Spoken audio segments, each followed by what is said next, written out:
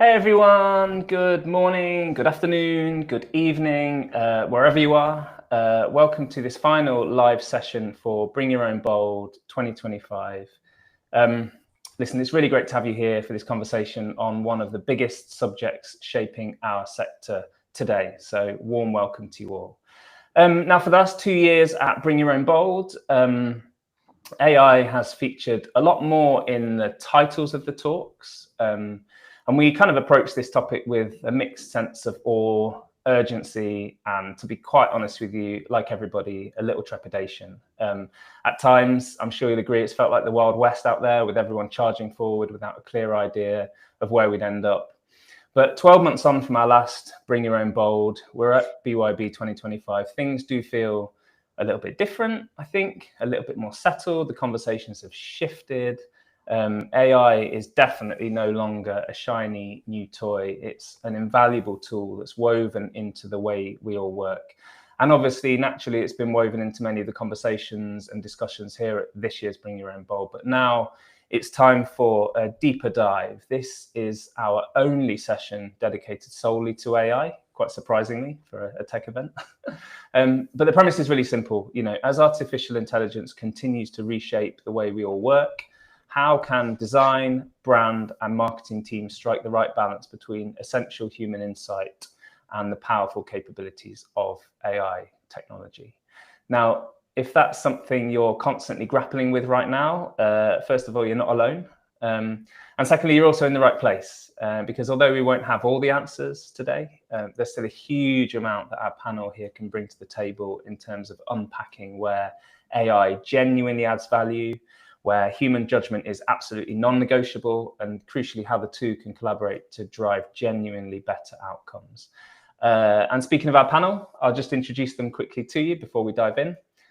So first off, I'd like to welcome Mette Davis. Hi, Mette. Mette is an accomplished independent consultant, trainer, and facilitator who's leveraged years of high-level agency client experience, leadership experience running multi-million-dollar portfolios at places like Publicis Sapient, and launching her own consultancy. Today, Mette is an AI coach at Spark AI, designing and delivering bespoke training for creative agencies primarily.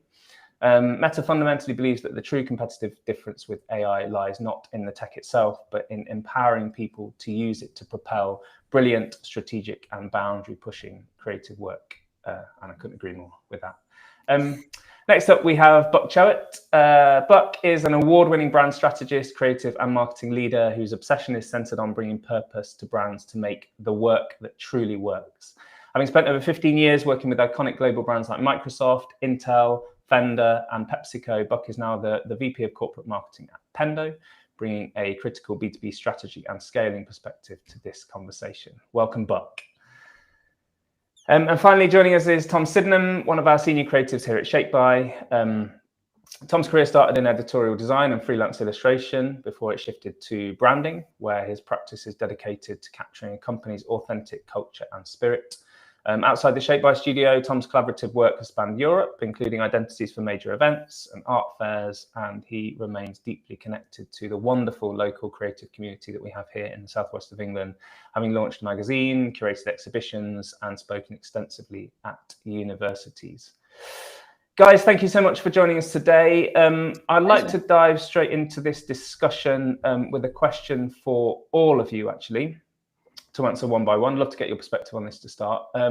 Now, we know the AI landscape is moving so fast that nobody knows the final destination, but we are definitely all on the train. We're all on the journey. So with that uncertainty in mind, what is the single most important guiding principle you use right now for augmenting AI into your processes? And Buck, I'd like to come to you first, if that's okay.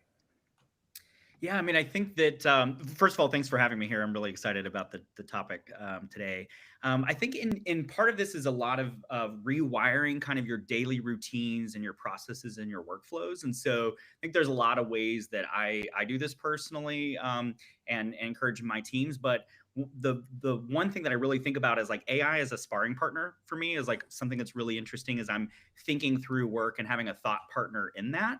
And a lot of times what I find myself doing is, taking ideas that I'm working through, or if I'm working on a pitch deck for a client or to an audience, I'll take some of those half-baked ideas or those kind of in progress thinking, and I use that as an opportunity to sort of get feedback and kind of push and pull in my own creative process and my own strategic thinking. And a lot of times, I'm asking for feedback, like I'm having kind of from a lens of an audience, kind of even roast this deck, like tell me what's working in it and what's not, right? And using that thought partner to be able to sort of bring to the fore what are the good ideas, what are the things that are maybe the ideas that are not working, and ultimately unlock something that I might not have found on my own or might have taken a lot longer kind of in a group setting. So it's really not about like replacing the thinking, but it's about thinking faster, kind of bringing more diversity of thought to the way that I'm already kind of working and my teams are working today. Yeah, so kind of like a partnership element to it, because we kind of hear, and Mette, you'll be familiar with this, I'm sure, but we kind of in the agency world, or kind of any world, to be honest with you, but whenever we're working with AI, sometimes there's this idea of, think of it like a really clever intern, but I suppose to your point, it's more of a sparring partner, I guess. It's more of a kind of, almost like an intellectually equal partner that you can bounce ideas off, I guess. Is that what you mean? Yeah, and I think you have to be careful, like the pitfall of an echo chamber, and you're talking to yourself. But I think that at the end of the day, incorporating that into the workflows just brings, again, this like diversity of thought, more ideas, to be able to get to more ideas to then whittle down and get to better ideas. And I think that for me is what's really, really powerful and something I try to like put into my work every single day. Nice. Tom, what's your most single important guiding principle when you're augmenting AI into your process? Because obviously your processes incorporate a lot of design work as well as kind of back and forth on the idea generation. Yeah, so I think like taste and craft still play a massive role when using these tools. Just like before, just like when we're working on anything, I think you still need to bring your own kind of design sensibilities, everything we know as designers, all of your experience, all your knowledge. You still need to bring that to the table when using these things. I think just as much, maybe more so, you need to bring your own taste to it and edit. I think by doing that, bringing those things, I think it kind of means that a lot of it will be scrapped, and that's okay. Editing is kind of essential, so I always kind of bear that in mind. It's not gospel. Yeah, just got to work with what you have, but editing is very important. Yeah, for sure. For a start, I love that you just said there, just like before. There is very much a dividing line, pre-AI and post-AI, that I think, it's almost like AD and BC in a way, before AI. Yeah, it's kind of something I'm coming to terms with, we all are coming to terms with it. And something that really helps is not changing the way I think about how to work or how to design. The principles are still in play. Yeah, honestly, I think that's super, super important. Especially in a world where, as you say, taste and craft feels like it can sometimes be under threat. So yeah, I think that's a super important principle that anybody can live by, whether it is, as you say, the design work that kind of primarily occupies your work, or just our work in general, really. Mette, I suppose this is kind of a two-pronged question for you in a way, because you obviously work with AI yourself, I'm sure, in the work that you personally do, but also you advise your clients on the principles, the guiding principles that they should use. Are they one and the same for you?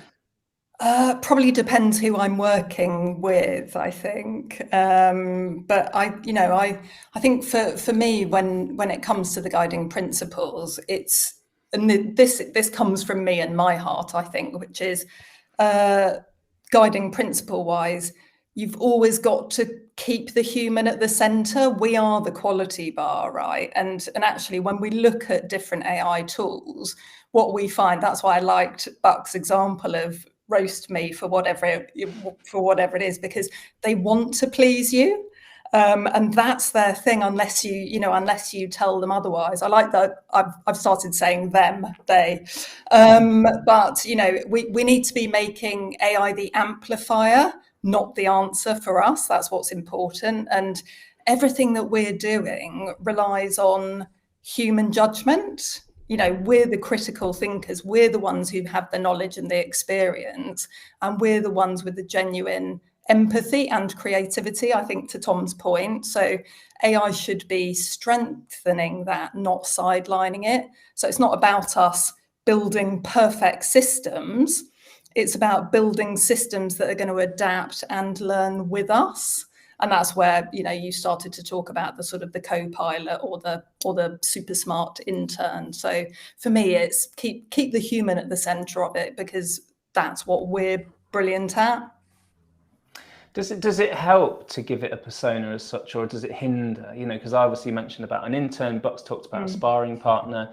Does it kind of help when you're talking to clients and people that you work with? Does it help to kind of give certain tools, certain personas, or actually is it not so helpful? I think it depends on the task. So often we'll create agents or chat GPTs, won't we? And I'll give them a persona. So if I'm pitching, I'll ask them to, you know, really challenge all of my thinking or ask difficult questions. So I think, you know, it's good to test it against different types of personas. You can make multiple personas, can't you? And if there is someone, for example, on your team who's not represented in the room, you can then use that person, the personification of them, to represent them in that room as well, to make sure that you have the diversity of thought in there too. Absolutely. I want to come on to another set of questions, if it's okay with you guys, because something that is always really, really conscious for me personally is that we're not on this journey alone. Sometimes it helps to co-build kind of AI adoption strategies with partners, with the client agency relationship, and just kind of not necessarily feel like we're on this journey alone. Even if it's with colleagues in different teams, it's usually quite helpful as well. Buck, I want to come to you. Obviously, we can't get too much into specifics for certain reasons, obviously. But I just kind of, on a general level, I wondered, because we've worked together to feel our way into the AI, the creative AI world, from certain perspectives between yourself and us at Shape by. What have you learned from those kind of co-building experiences?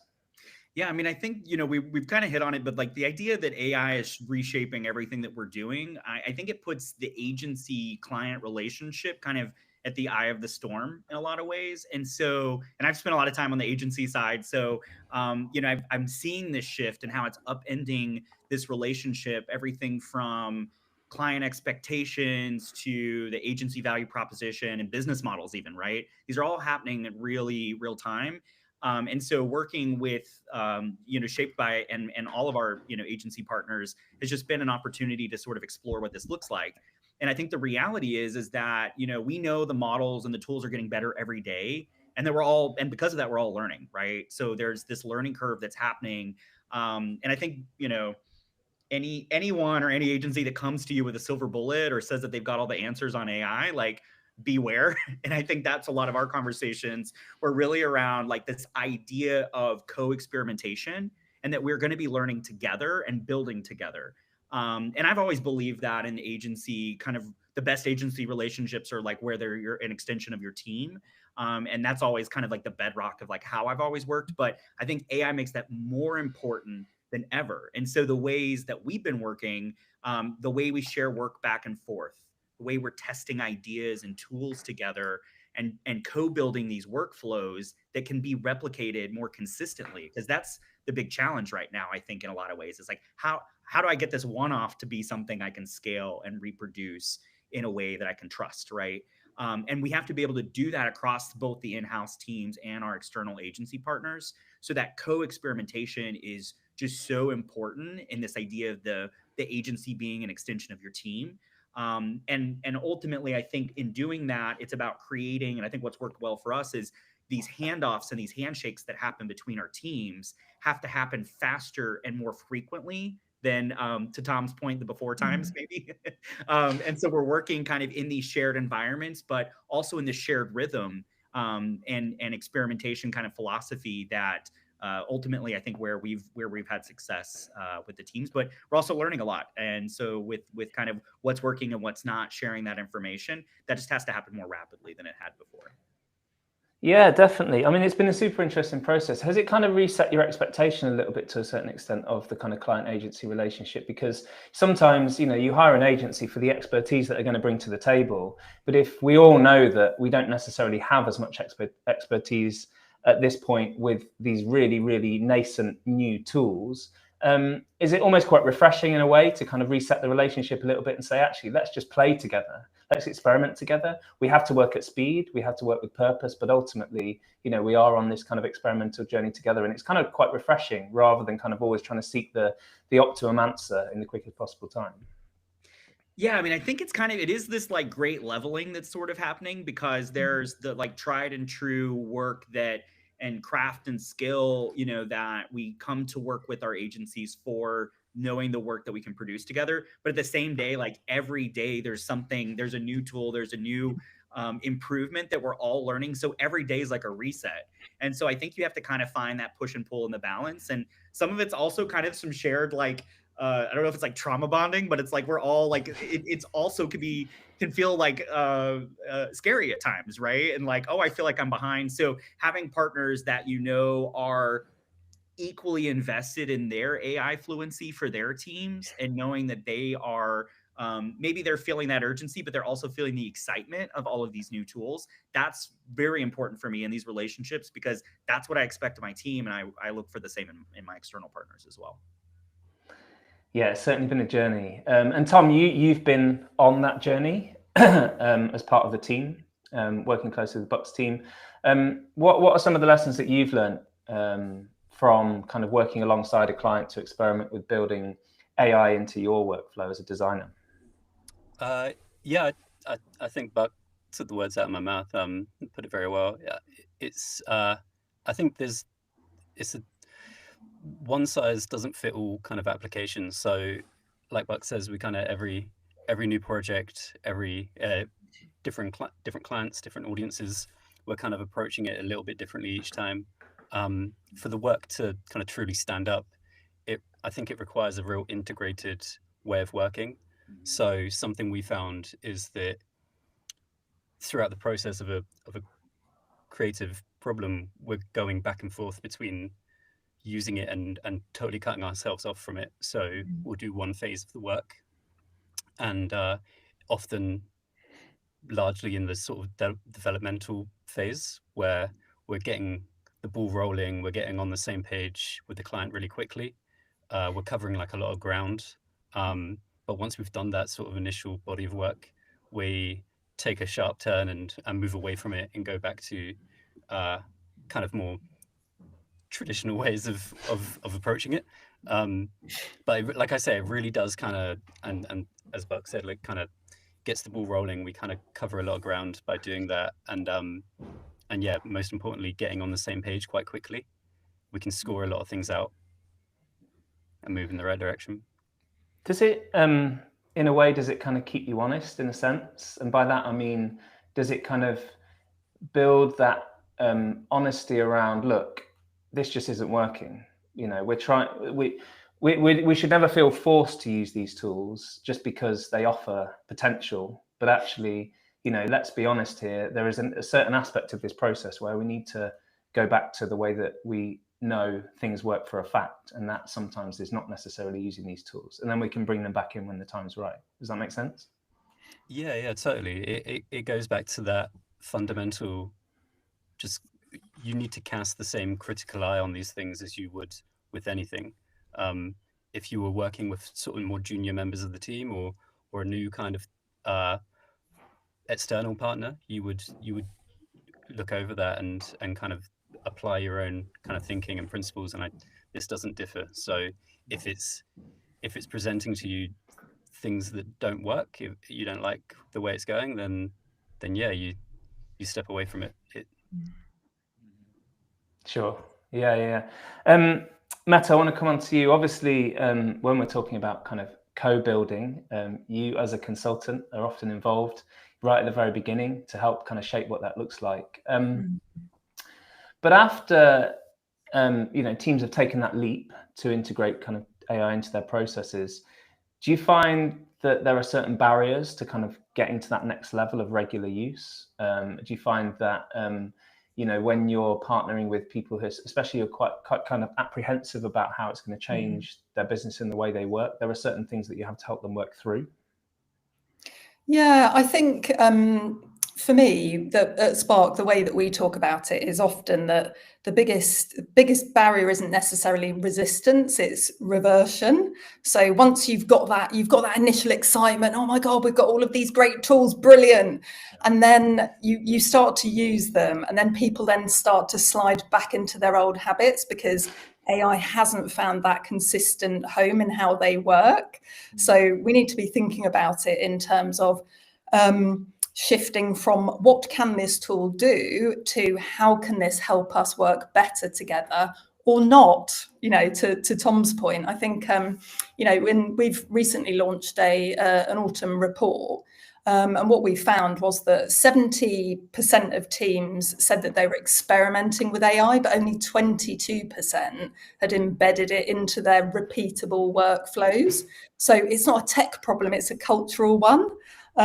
So if we see it as a tool rather than a team skill, that's often where we come unstuck. And so, when we start to coach teams initially, a lot of it is about helping to break down the barriers and create this consistent language, normalizing the reality that not everyone needs to be an expert. On our team, we have a WhatsApp group, and every day someone's putting, oh, have you seen this? Have you seen that? Have you seen this? And I'm like, oh my God, there's so much, And I'm probably actually, out of everyone, the least technical out of the rest of the team. But that is, that's where you get the value by having those different team members. So, not everyone needs to be an expert, but what we do is we focus on those small visible wins to start, build that confidence up. So it could be, summarizing meeting notes, automating a report, creating a shared prompt library, something like that. And once people start to see the benefits, and it could be time saved, it could be quality of relationships improved, quality of output, quality of work, that's when you start to see the cultural shift and the belief spreads. Yeah, for sure. I just wanted to land on a point that you made there early on, which was about excitement, because I feel like sometimes this gets lost a little bit in the apprehension, as you say, in some of the kind of the barriers that might creep up when people realize actually this is disrupting things and we're never going back to the way things were before. But actually, I think once you said there's an initial excitement there when people first start to kind of get a sense of what this can really do for them. How do you kind of keep that going? Like what's key to kind of keeping that excitement going and helping people to realize that actually, once we kind of get fully on board with this is game changing. Is that an easy thing to do? Oh, that is a very good question. I don't know about easy. I think it's about, I talked about these repeatable wins. It's getting those wins in and then building upon them. And also being really honest about what's not working. And it's going to be different for one business versus another business. You might have some team members who are genuinely fearful that they might lose their jobs at a point, particularly within the creative industries, but actually it's about giving them the confidence to experiment and think about how they can augment their role and use their brains more, the critical thinking, and elevate their skills up. Does that answer your question? Yeah, definitely. I think it's just a really interesting thing for all of us, really, that kind of excitement, trepidation kind of thing that we all tend to jump between. I think when something like this crops up, I think of just the constant updates and the constant things that you hear. Obviously OpenAI, I think it was yesterday, the day before, launched Atlas. This is a new browser. This is going to change the way that I know that Perplexity's obviously got theirs out already and has done for a while now. But this is going to change the way that we all browse. This is going to change the way that we all shop. And I think there's sometimes a little bit of that trepidation in there. But ultimately, we should feel excited, you know, because this is incredible. This is something that we've never seen before. And I feel like as long as kind of, it is difficult to kind of find that balance sometimes. I mean, Tom, what as a designer, to what extent do you feel like it's an exciting time to be a designer? And then do you also sometimes think, well, I've got to be wary of, you know, how it's going to affect my role here?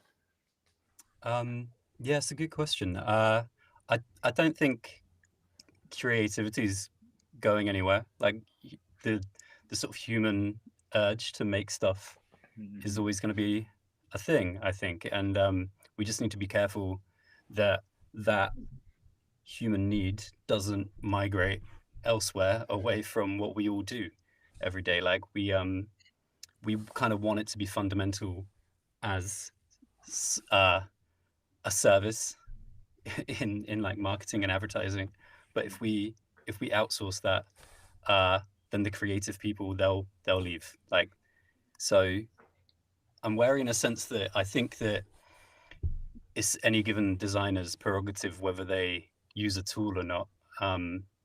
But if brands have this desire to kind of feed the machine with like quite a high volume of content, AI kind of needs to step in and help with that. So I think it's our responsibility to hold our clients and our companies accountable for how much we implement this and ensure that, I guess, quantity doesn't override quality, and we need to still kind of slow down and think about what we're making, what we're putting out. And I think all of that kind of contributes to it not just ending up being something that washes over our audience's heads. Like, yeah. It should raise the bar of creativity, shouldn't it? That's what we should be doing with. Ideally, yeah. Yeah. I totally agree. I think that there's this idea of like making bad work is now easier than ever, right? Making great work is also made easier in a lot of ways. But you know, anyone can be a creator, and brands can now do this like mediocre at scale. And so I think, to Tom's point and what you're getting at, Mette, it's like we're going to see more of that. We already are like proliferated out in the world. And so I think that's what sort of makes this, in a lot of ways, I think you could be pessimistic about it and say, this is the commoditization of creativity. And I think for some brands, like, they are maybe choosing that route, and they probably are the kinds of brands that might have done that anyway. But I think I see it more as the opposite and as an opportunity, and that, you know, really truly original thinking and ideas have never been more valuable, because the noise in the world is going to be, you know, sort of kind of raised in that. So I think, Mette, to your point of like raising the bar, so it's like if the sea of sameness is rising, it's like now you have an opportunity to go break some waves. And it's about accessibility as well, isn't it? You now see brands who wouldn't usually have those sorts of budgets, as the likes of a Coca-Cola, being able to play in that space and do amazing work that really gets out into the world and can be seen. You don't have to have huge budgets anymore. You can still do brilliant creativity as long as the people behind the work are driving that level of quality. Yeah, I mean, first of all, I'm really glad that you guys have all jumped in here, because I think this is exactly where the conversation needs to go. But I mean, it's exactly that, isn't it? I feel that, you know, AI can do amazing things in terms of raising the bar of what can be put out, certainly visually, but it's the storytelling element. It's the things that AI can't do that, I mean, optimists out there feel that will always be in demand, because that's the human element, and that's what all of that, as to your point, Tom, the taste, the craft, the experience can't be replaced. But it's just, I mean, and then this is the nub of this discussion as well. How do we, as designers, creatives, marketers, get the best out of that partnership to build brands, to build bolder brands? I mean, Buck, you when we spoke before this panel, you actually said that you feel this is one of the most exciting times to be a creative marketer. Is that essentially what you're referring to? Yeah, I mean, I think that it's the opportunities we were just talking about there. And I think to Mette's point, I think, you know, production, like the way we go to market, but also how we work, like production has been this, in some cases, bottleneck or this limiter based on, you know, the budget you might have or the resources or capabilities. And so I think now it's this accelerator. And you can spend maybe, you know, if you're selling in an idea, it's like less time on comps or variations or localizations for, you know, different regions and markets, but it's more time about getting great work out into the world. And I think when you look at it from that perspective and this idea of where are the skill sets best placed with your team, with the robots, right? And like, how do we sort of blend those capabilities together? I think that's what's like really, you know, really exciting. And I think there's been a lot of times in my career where there's been ideas, like really ambitious ideas that I wanted to go out and produce, and I couldn't. And I had those constraints of budget or like, hey, I'm not going to be able to produce this to the level that it deserves. And so I think this is totally changing that, which I think is super exciting. That back to the point of maybe the underdog who has a really great insight, has a really great idea, but can be really, you know, in a scrappier way, be able to go out and actually produce it in a way that that delights and captures attention. I think that's sort of the dream, right? That's what we're all chasing with this. So I think what makes it hard is just how to really be honest in the evaluation of when and where to sort of use those in the right places. And just because you should doesn't mean or just because you can doesn't mean you should in every place, right? So you've got to be able to sort of parse out where are those strengths. And every day as these tools change, I think it's just a constant sort of evaluation of the best ways to get to the work, but still about the great ideas and the great stories. Yeah, and that leads really, really nicely onto the last kind of topic of discussion that I wanted to come onto with this, which is that kind of testing and adopting certain tools. You know, I'm fortunate enough to speak to a lot of brand and creative leaders in tech firms. I mean, it varies massively the extent to which they're able to use tools from a legal standpoint primarily, but also from other standpoints as well.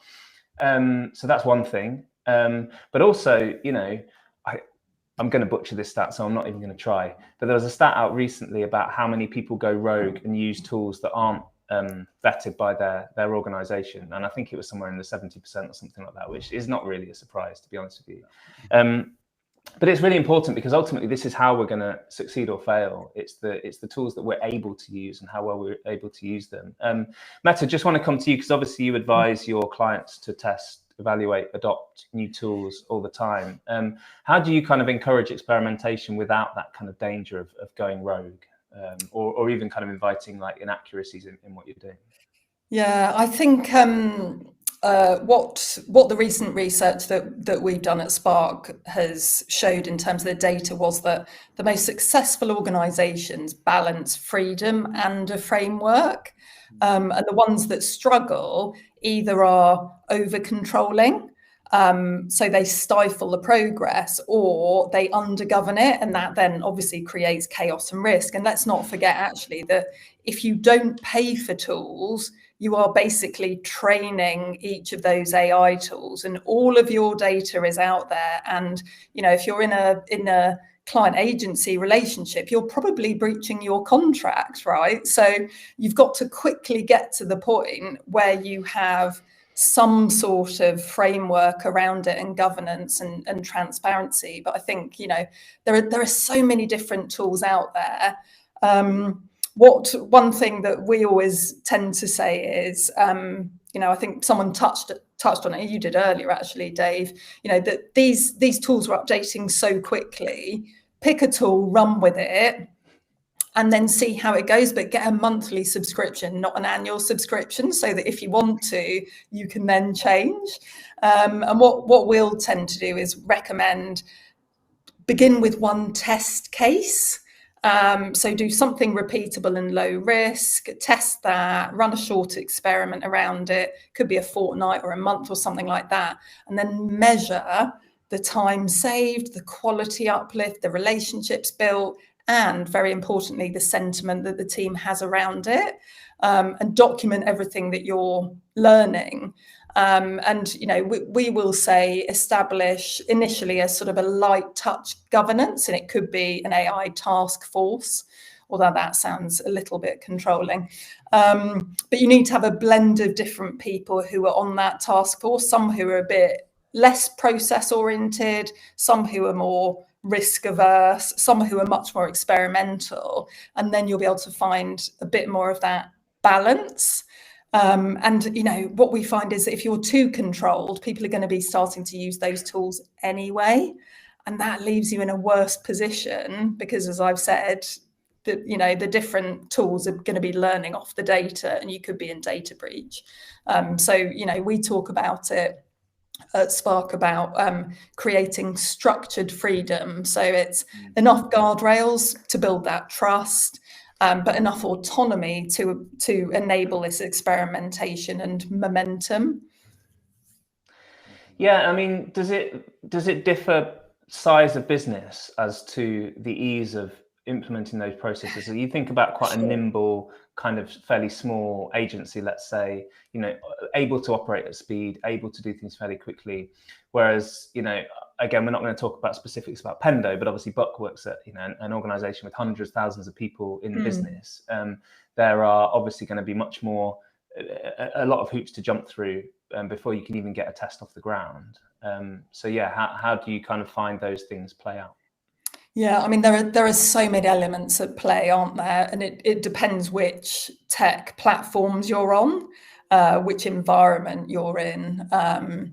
But I think, you know, you've got to start with a smaller test group, and then build it out step by step. And we're starting to see, aren't we, that some of the different consultancy firms are actually rolling it out across the entire business.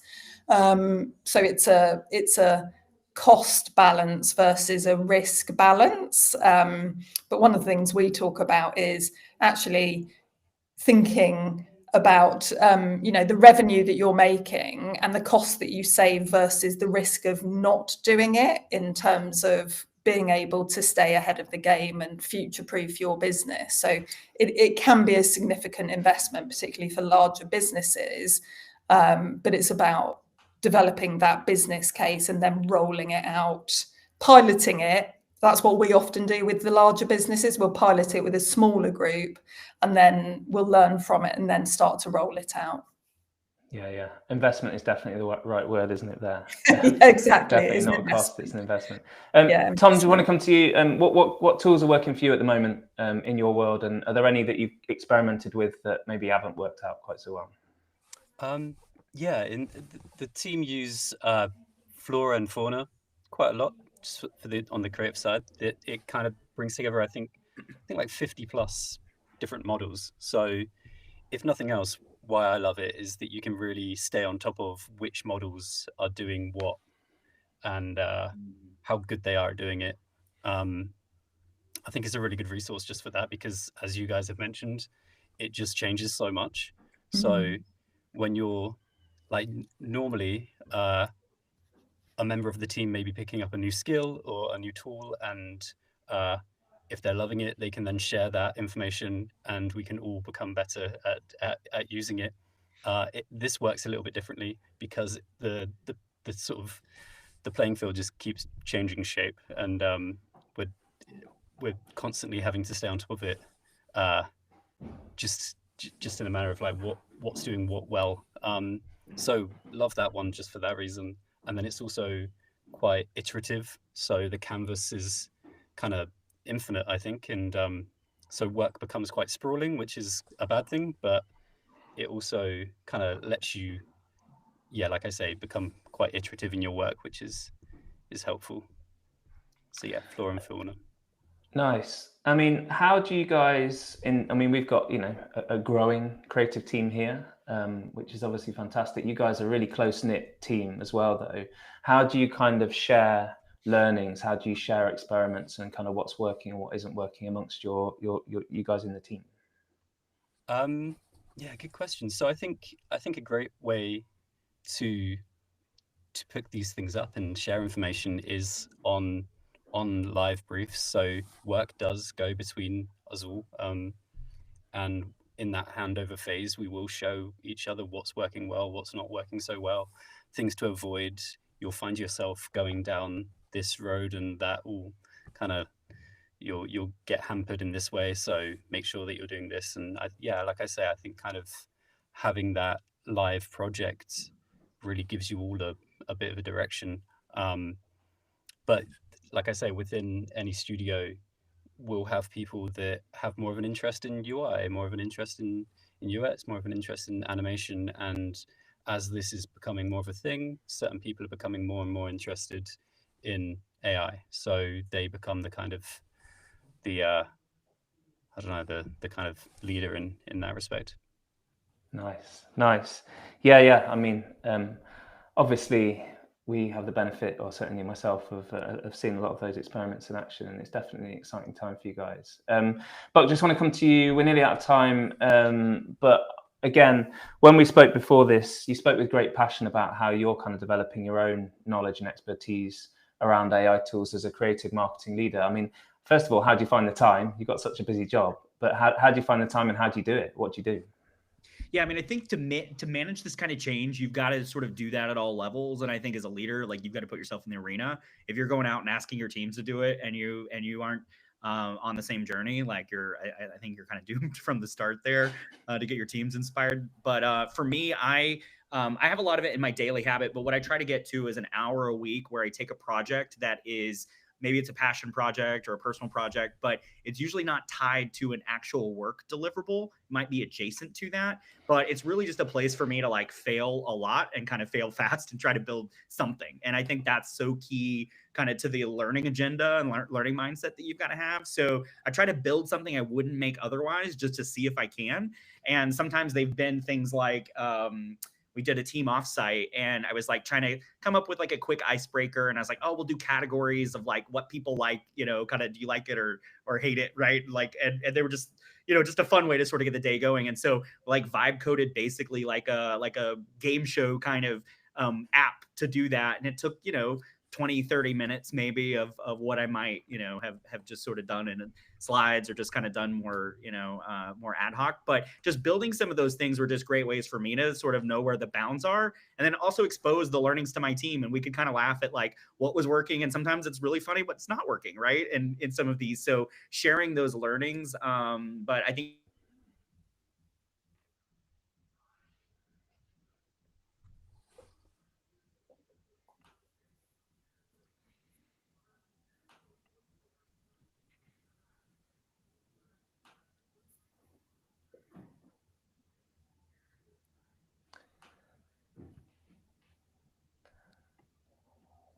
Sorry, Buck, I think I lost you there.